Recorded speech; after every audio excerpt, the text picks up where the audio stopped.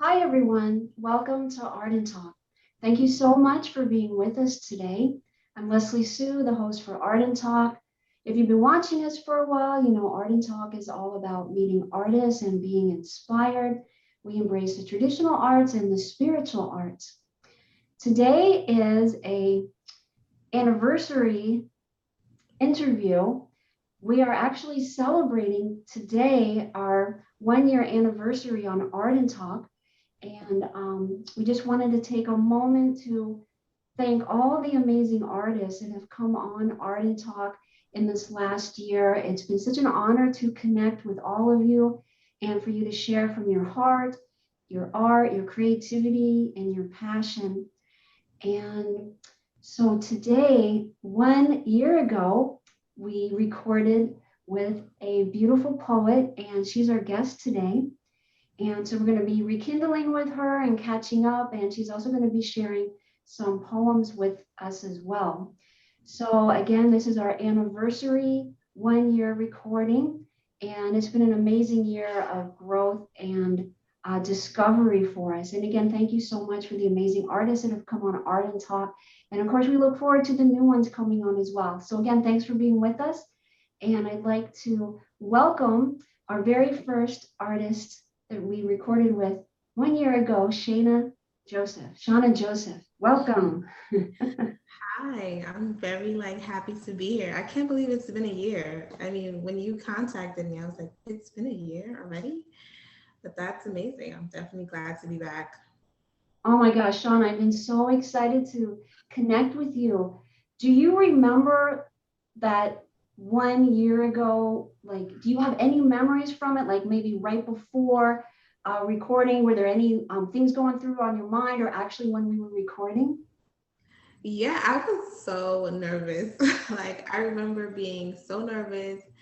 And I remember what I was wearing. I remember the poem I read. I remember, and my boyfriend was standing on the side, cheering me on, while making videos as I did it. So I mean, I remember the whole experience, but it was honestly, I was nervous, but I didn't have to be. Like once I got flowing and talking, it kind of just went well, and I enjoyed it. Yeah, I think everything definitely really flowed. And I didn't know what to expect. Did you have any idea of like, gee, I wonder how this is going to go, or we're just going to read some poems and just kind of play it by ear and just kind of wing it kind of thing?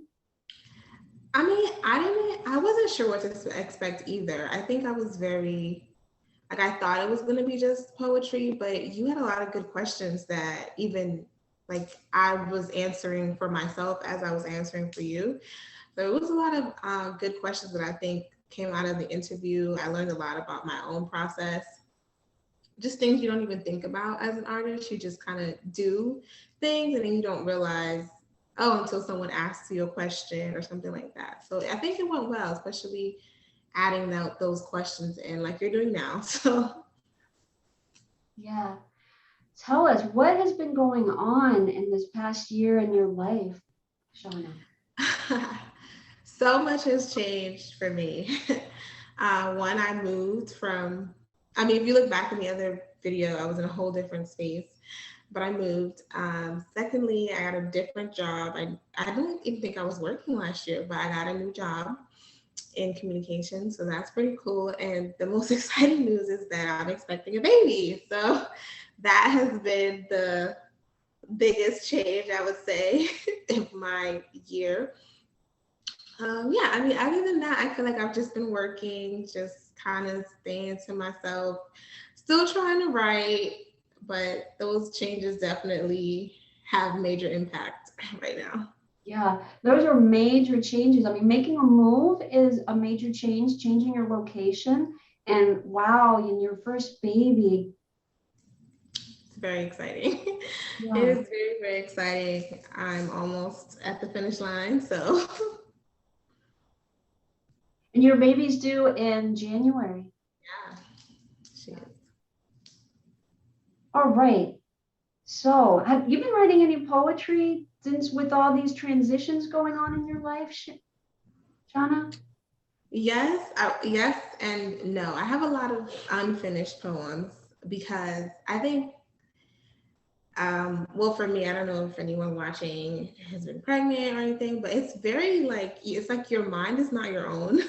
Your body is not your own. I mean, it's such a interesting, like life-changing experience. And for a while, I didn't know how to even convey what I was feeling onto paper. I didn't even know how to write that down. I mean, I would try and then it wouldn't be what I was writing about something completely new. And I felt like for me, sometimes as an artist, I definitely write about what I go through. I write about what I feel.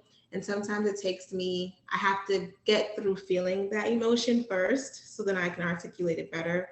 And like the past 7 months, I have been just emotionally up and down, mentally up and down. I mean, it's been so crazy that I haven't written as much, but I am happy to say that I did. You know, I was able to get a few poems written down, some complete ones, and I've even worked on like my book here and there. So, but I feel like I can't wait to have the baby and get back to routine so I can like write more and be able. That might be a whole new experience, writing about what it's like to have a new baby. You know. Mhm. Yeah. I'm hoping that you will write about that because you're such a great poet. So I think that would be such great territory if you so decide to kind of put pen and paper there. Thank you. I think it's actually a good topic too, because I am having a girl, so I envision her like being older and reading the poems that I might have written about her, and just thinking it might bring a smile to her face or something like that. So I think that's definitely great to just document what you feel, what you think, what you're going through. You can Mhm. always pass those things down. Mhm. I'd like to go back to something that you just mentioned. It sounded like when you write your poetry, that first of all, you have to have processed a certain amount of your emotions before Yeah. you can actually, okay. Can you just elaborate on that? Because that's kind of a fascinating aspect to your, creative process. Yeah, I mean, for sure. I mean, I honestly didn't even realize that until I was like, why am I not? I was so upset with myself. Like, why do I have writer's block? Why can't I finish a poem? Like, what's going on here? And I think it was, and I realized that I'm the kind of person that I do stay quiet about things until I really know what I want to say. I mean, it's easy to just speak directly, to have conversation with someone about how you feel, but when I'm trying to write, I'm not trying to be filtered. I'm not trying to be perfect or correct or anything. I'm just trying to get it out. So for me, I have a tendency to run from my emotions in my head sometimes.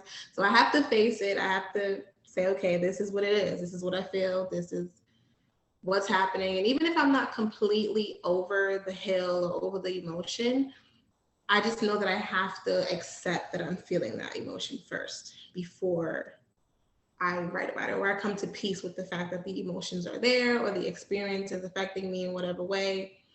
Even with like joyous poems, I mean, it just takes me time now. And I think that's a change that I see as I grow older. When I was younger, I could just, if I'm sad, I would just write it out. It's coming out like it's flowing like water. But now I think when you're older, I mean, emotions feel a lot more, to me, I think they feel a lot more heavy. They're a lot more real. We're going through more real adult experiences. So it's starting to say, okay, you need a moment for yourself before you put that to paper. Because a lot of times I share them. So before I share them with people, I have to make sure that I have accepted what I'm writing about. Mhm. Yeah, I so appreciate you sharing that because that's such an interesting approach. You kind of, it sounds like you go through a little bit more of like a mental process of, okay, what is this emotion, whatever it is, and you kind of want to come to terms with it and accept it and kind of like, it's almost like you want to get your footing or your grounding.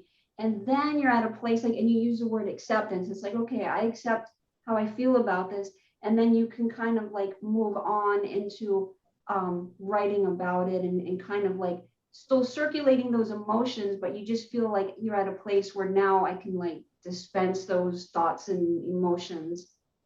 Yeah, exactly. I mean, that's exactly it.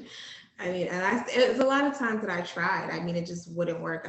I'd say, let me go sit outside and try, as I like to be, I think I said this last time that I like to write at night. So I was like, let me sit outside and see if I can just get something out. And it just wasn't happening. And I'm like, I just have to wait until it's time. Like until it's ready to come out of me, I just have to wait. Mhm. Yeah.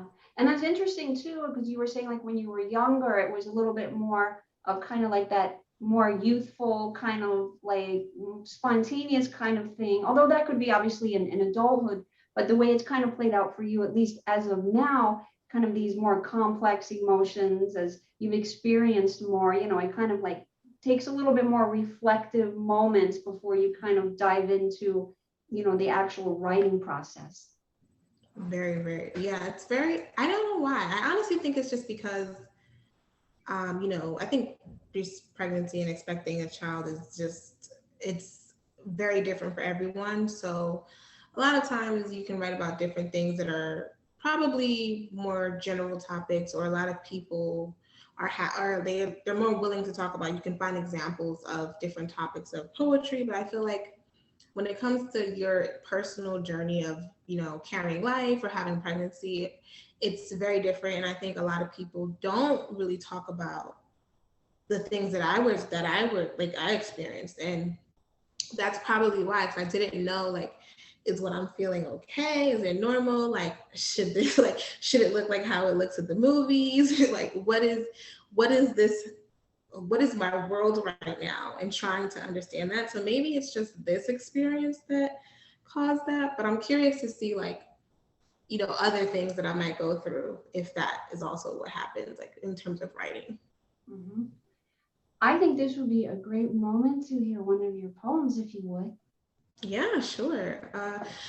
So I'm going to do two. In the first one, I want to just give like a little background on the poem. So it kind of goes back to just the intense feelings, the like so many ups and downs, and my particular situation.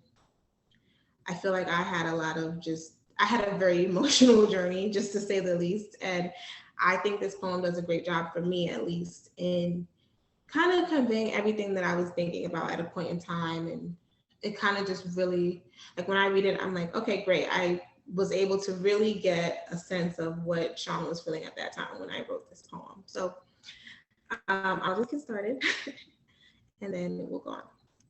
I actually don't have a name for this poem, so I'm sorry about that. I really couldn't name it, probably because I can't name the emotions, but so here we go.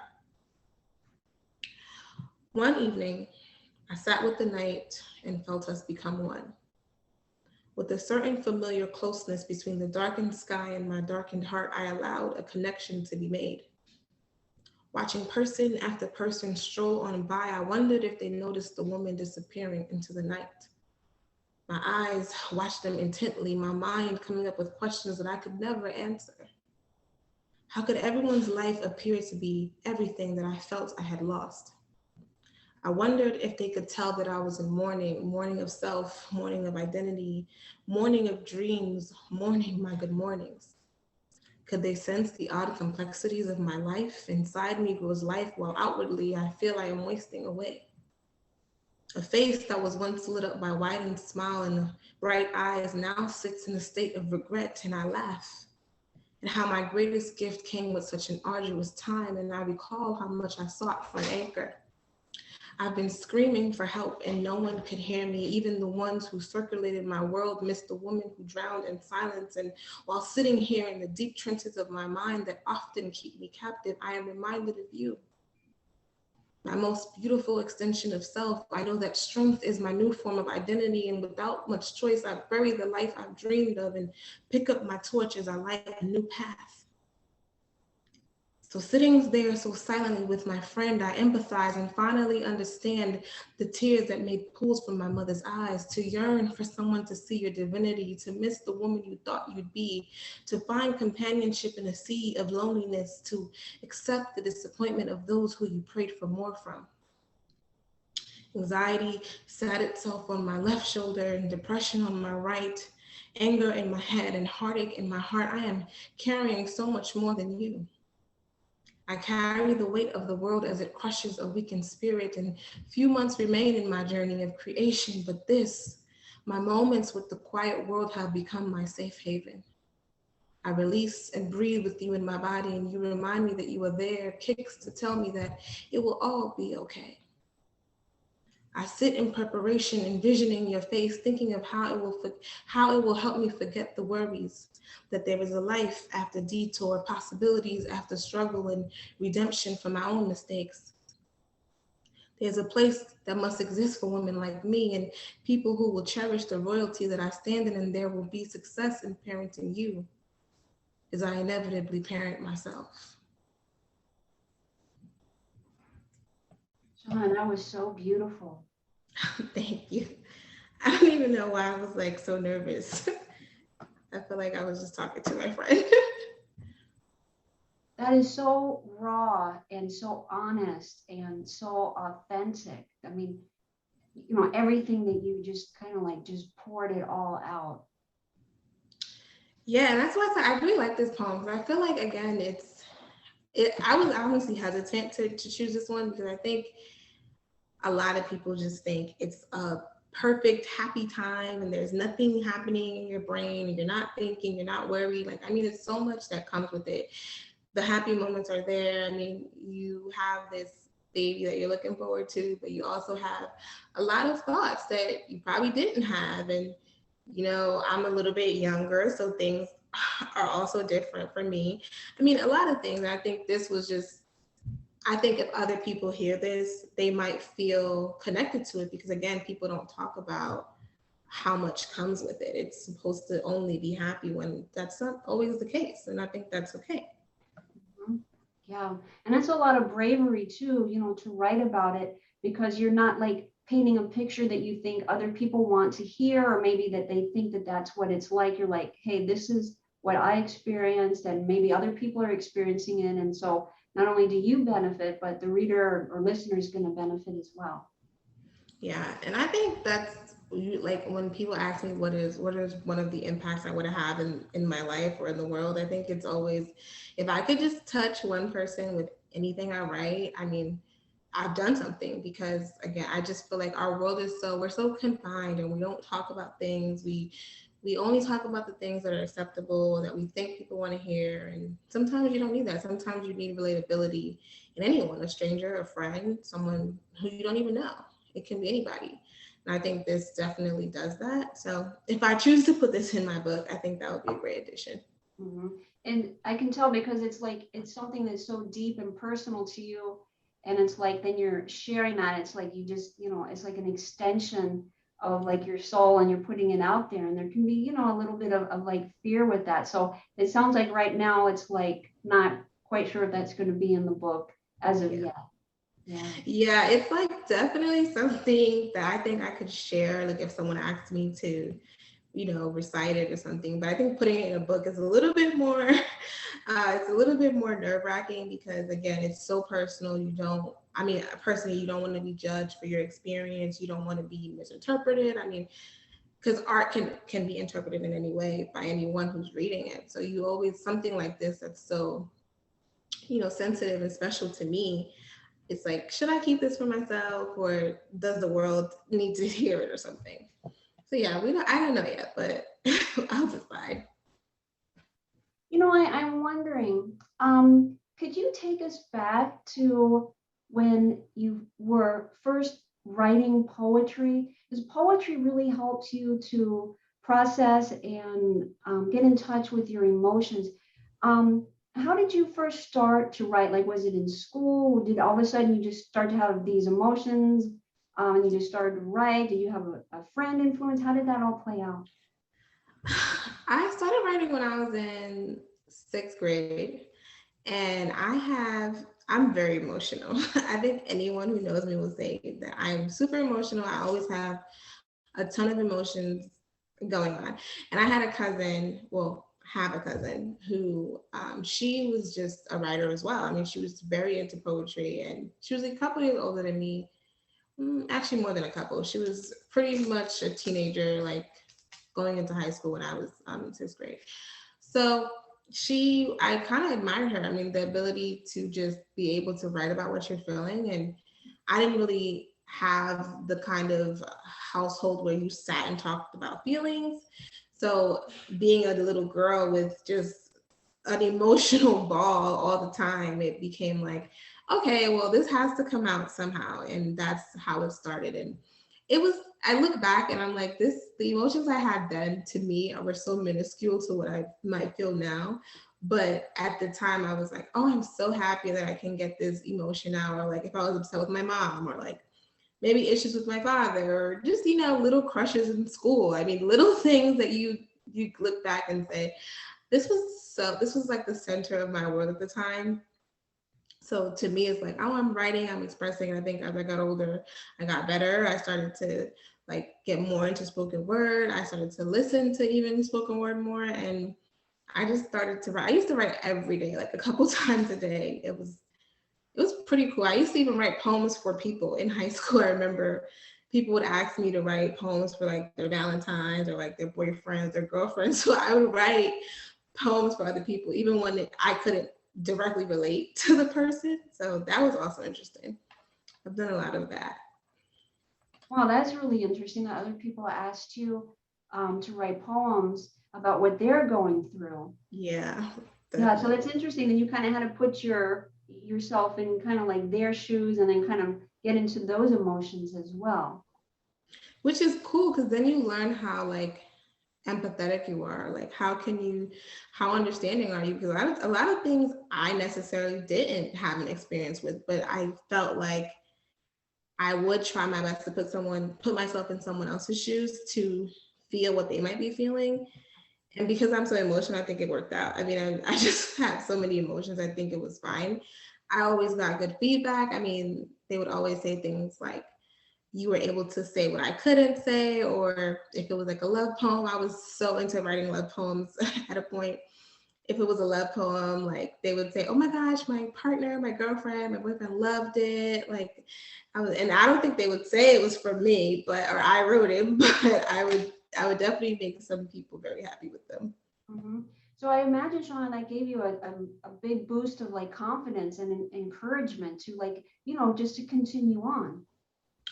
It did. I think it did, but it's funny. I was saying this to my boyfriend yesterday that even though I have confidence that I'm a good writer, I don't necessarily like to share with everyone. Like, I have to feel some sense of comfort with a person before I share anything, which is probably why I haven't done as much public spoken word or like doing like clubs or like open mic nights. I haven't really done those because I get so nervous. I will go and say, I'm going to do it tonight, and then I won't do it because I'm so nervous about what people are going to think, what they're going to say. Because at that point, it's not just reciting to a friend or reciting to someone you know, you're reciting to a room full of people you don't know at all.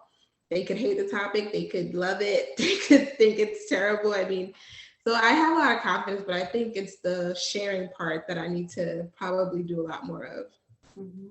And it also sounds like the poetry has also helped you to um, find your voice, because you were saying that you didn't really grow up in a home where there was a lot of kind of focus on expressing emotions and expressing feelings. I think a lot of people, can really relate to that. So you kind of found through poetry sort of like a friend, so to speak, that where you could articulate your emotions, and then you had support as you've been elaborating on, with your friends and whatnot. So do you feel that also that it really helped to articulate, your voice?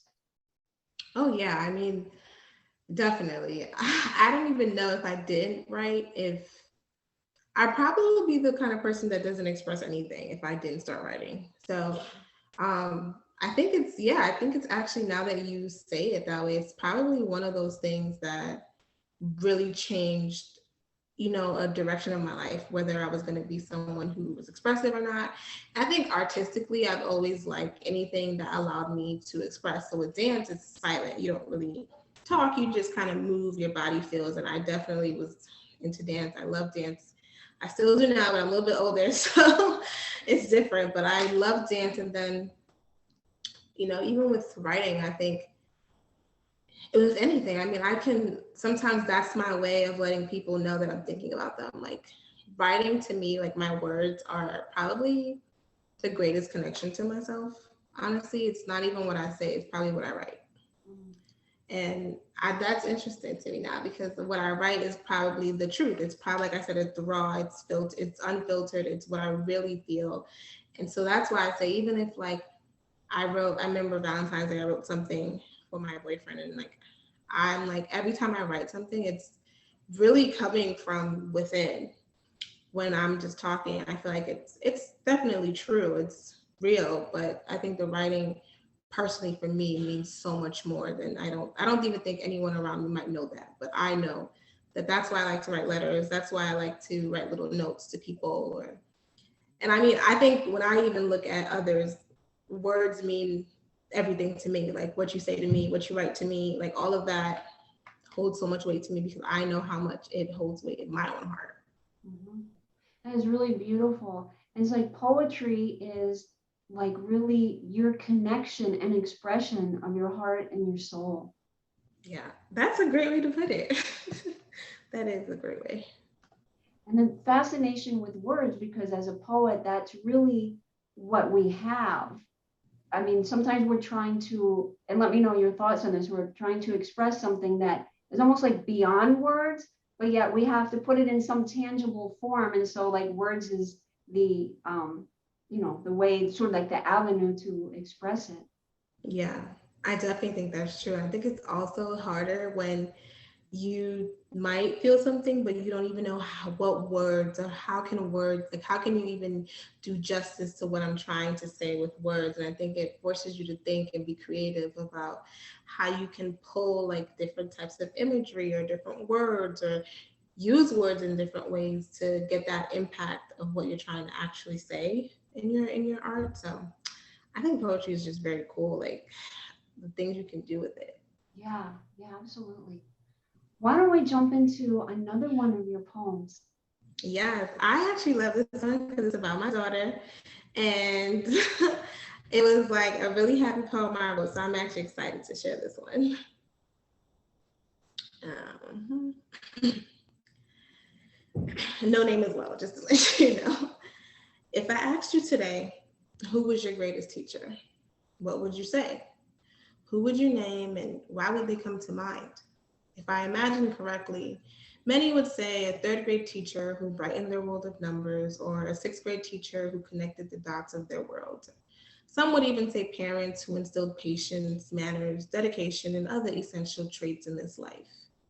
If you asked me 7 months ago, I too would have recalled someone from memory whose impact held weight. My greatest teacher is someone I haven't even met yet. My greatest teacher is my biggest assignment to mother her soul with patience and love, to listen to her voice in its special uniqueness, to serve as a helper to her father who will carry her in protection. I have transformed on this journey of carrying life. She has forever changed me, taken selfish thoughts and invited selflessness, and taken anger, balled it up, and inspired peace.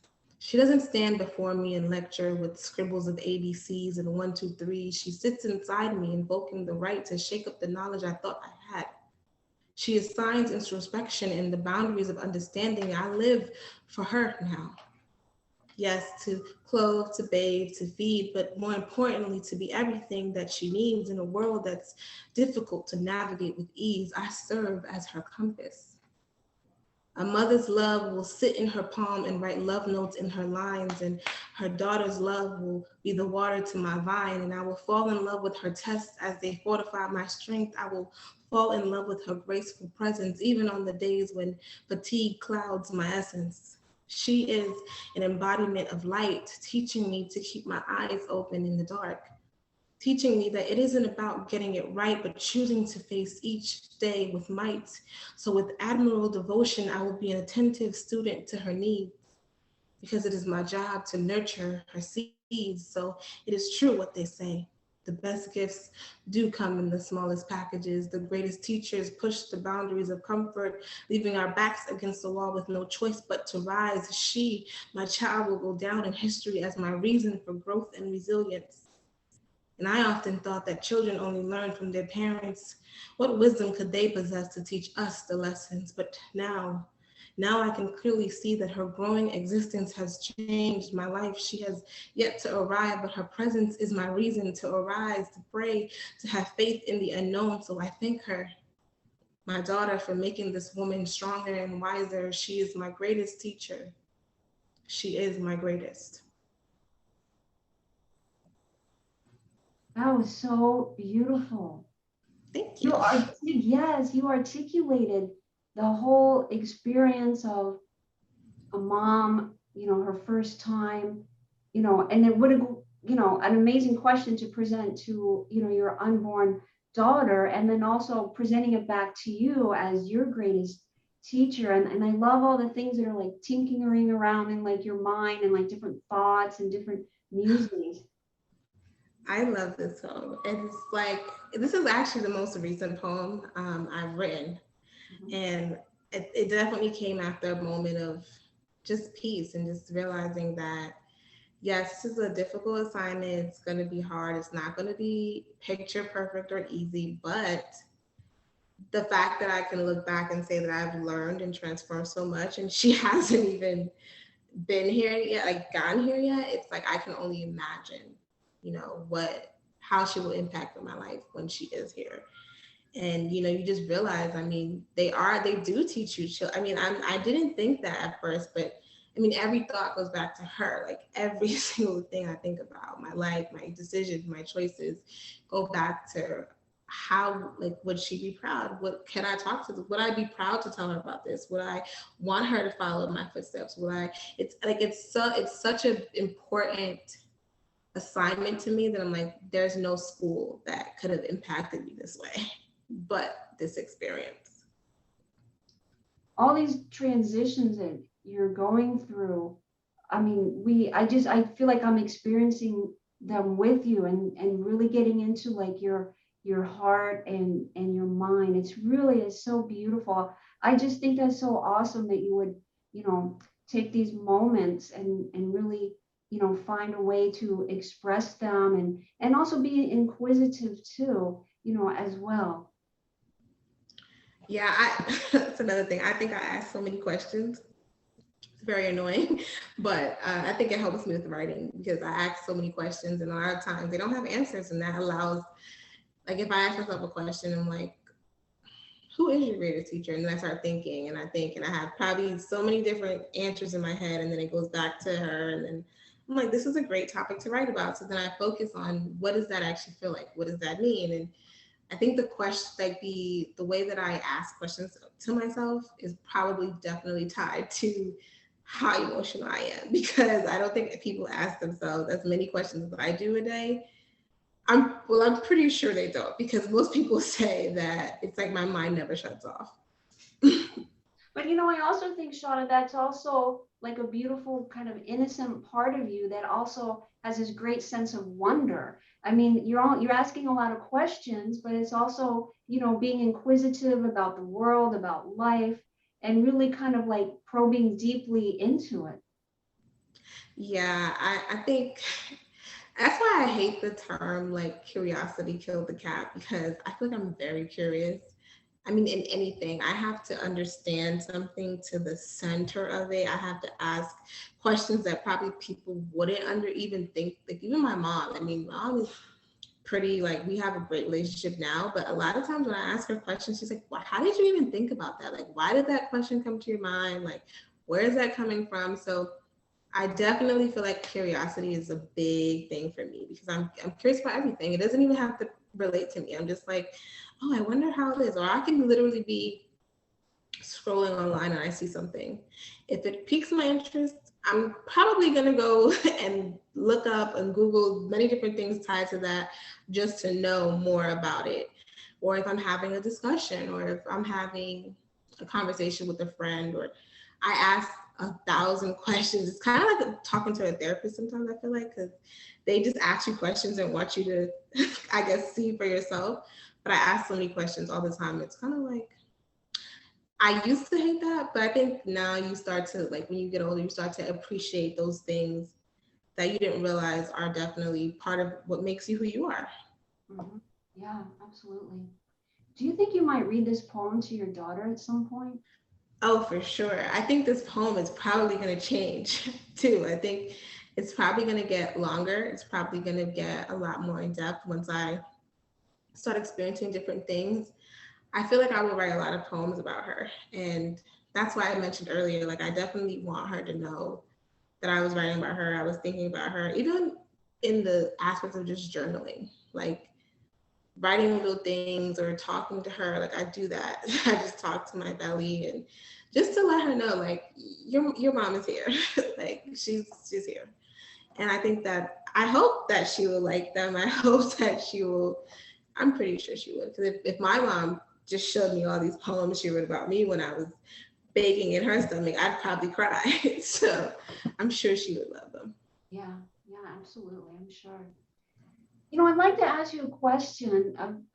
When we did the first recording a year ago, you mentioned how many journals that you have, and poets, writers, really get like stacks and stacks of journals. So I'm wondering what's going on with your journals. Do you ever go back into them? Do you still have them? Because I remember in our prior interview, you were saying like they go like way back and they're just like all over the place. Yeah, I would definitely say I have gotten probably four more or started four more journals. And I think I have a bad habit of never completely finishing one journal. I'll just start a new one for some reason. It's probably, I just like new, fresh pages sometimes. But yeah, I mean, my journals are all over the place. I have like in my desk right here, I don't even know how many I have sitting here.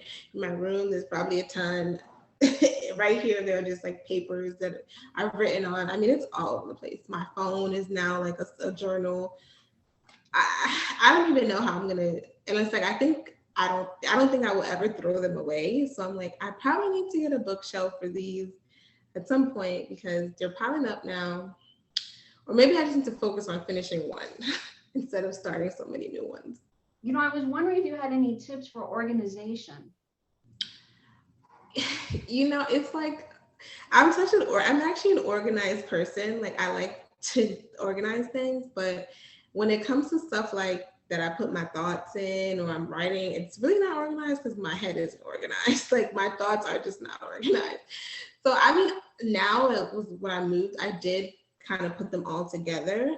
The one I'm sitting at my work desk, so there are a few that are not in my little collection, but I try to put them back even when I'm done. I'll try to remind myself, okay, maybe this one is about, maybe my writing's about my spiritual journey, or maybe this one is about just my emotions in general, or maybe this one's related to career stuff. I try to break it down that way, maybe because I think for me it's cluttered when I look at one journal and so many different things going on in one book. So that's one thing I do. I think that's pretty cool. But then again, if you're a person who doesn't like a lot of books and you just want to stick to one, that may not work for you. My biggest tip would just say to you know, try organizing journals by different categories, or stick to one and maybe give yourself get one of those journals that have sections in them and do that and try to finish one so you don't have to start a whole new one like me. That's the biggest tip I would probably give. Yeah, those are some good advice. I appreciate you sharing that. You're welcome. Let's go fast forward. So tell us a little bit about this book that's going to be out. Can you give us a little bit of little This is a insider great info with the question. content? Yeah, it's a great question because I think it ties directly to what I was saying about not fully being able to finish a piece or something once I'm done because I'm not done processing. So when I originally started this book, it was supposed to be kind of like a book that conveyed the heartbreaks that I've been through, but then the second half was supposed to be about the rise, like how did I come out of that, the self-love journey and stuff. But now I feel like I'm even deeper in a self-love journey. I'm like, I can't finish this book until I feel like I've finished really feeling what that feels like. And maybe that's just me being too hard on myself. Like, I have all these poems in there. They're organized. I mean, I work on it all the time. They're numbered. maybe I'm just being a little too hard on myself about what I want to put out. Um, but it's definitely still something now that I'm like, I have these great poems. Like, should I add, what it was like being pregnant in there, or should that be a completely new book? I think that's what I'm trying to figure out right now. I mean, my goal, honestly, is to be done with the first one. And now, when I think about it, I think it's probably better to start a whole entire book about 25 and this journey and baby and all of that. But I definitely want to go back and make sure that everything I've written in that first book truly conveys what I was feeling and that it's inspiring. So I don't want it to be not inspiring. I don't want it to be just sad or just like, oh, like I want it to be like, this is real. This is what young women might go through. And there are some topics in there that are real. I think it's also that being afraid to really share so much about yourself, because even if it's in poem form and it's not like you're writing it like an essay or something, there are a lot of conclusions that can be made. I mean, anybody could pick that book up. Am I ready for people to see or read those things about me? That's probably the biggest obstacle. Well, I have the sense that all of that will kind of like, come into clarity in terms of what to include, what not to include, maybe if some other themes go into a different book, I'm sure you'll, sort all that out. I think so. I think it'll come in time. What I've learned is I take so long to make a decision. I think overthink things, but in the end they do come together somehow. And I'm just giving it time and letting the art do its thing in my head. And when I feel it, I'll put things in, pop things out. Like, I'll just go with the flow of what my body, my mind are telling me to do. Yeah, because you seem very connected into, the right moment to, kind of proceed as we, were discussing earlier in terms of your like creative approach and your creative process. You're very much in tune with like, okay, it's almost like very procedural, it's like there's a whole methodology to it and you're very like in sync with it. No, I don't move forward here until like this is kind of complete, then I move forward here. So Yeah. yeah. I want to ask you a question before we wrap things up. Sure. What is the core message of your poetry? That, oh wow, this is a good question. And I think what I'm going to say is so simple, but like the things we go through in life are real. Like, it is not like life. And I think this is with social, because of the introduction of how we use social media.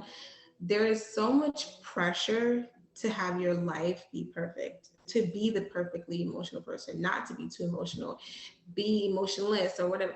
I think the thing is, it's okay. It's okay to experience life. It's okay to feel those moments. It's okay to have those moments that are ugly, and it's okay to have those moments that are beautiful. I mean, it's never going to be one straight line, and I think that's something I'm teaching myself. So it's like, as I try to tell myself that, I think that's why a lot of I try to have some type of uplifting line or something that kind of closes everything together. That yes, you may feel darkened or in the dumps, or you may feel like you don't know where to go, you have no direction, you may feel lost in life. All of those things are real, they're all okay. And sometimes you just gotta go through it. Like, you just gotta go through it to get through it. And that's really what I feel like my life is. I had to go through things and then I got through them eventually. So I mean, that would be I would hope that people take that and just allow themselves to feel, because a lot of us don't. Yeah, I love that. Shauna, we're going to need to close out the show. We'd like to offer you the closing comments and let us know how we can stay connected with you. Oh, yeah, for sure. Thank you so much for having me. I mean, thanks for everyone who's watching or who's going to watch. And I just, like I said, it's going to be the same thing as her question earlier, but I just want to say, whatever anyone is going through in life, find a way to deal with it, find a way to express it, find a way to just remind yourself that it doesn't matter what it is. There will be light at the end of the tunnel. It may not be today, tomorrow, but there will be light at some point. So just keep going, keep pushing, and just don't give up. Um, there are two pages you can find me on. I have a personal page I use. I'm gonna spell it out because I know if I say it, you probably won't find it. So it's on Instagram. It's the @GOLDLANIN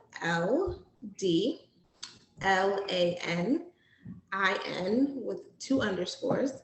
And then my poetry page is Shana the Poet, the @ in the front. So @Shana SHANA THEPOET. So yeah, you can find me, and just thank you again for having me. It was really great. Sean, it's been awesome to connect with you and just, to hear your poetry and all that has happened with you in this past couple year, and just your real, truth and authenticity to yourself. You're just so real, and you have such a positive and uplifting message, and you just kind of make it like everything's okay, and just to embrace it all. And I love what you said before. There's like, life is not a straight line, and you just, come to have to, get to that place of like almost like acceptance, and like what it is what it is, and then that beautiful light, that light is there. There. Yeah. Yeah. Shauna, so we're gonna have to close out the show. Oh my gosh, this has just been so awesome. Like literally 1 year ago today, you were our first artist to come on. So, we want to thank you again for that, being such a brave soul.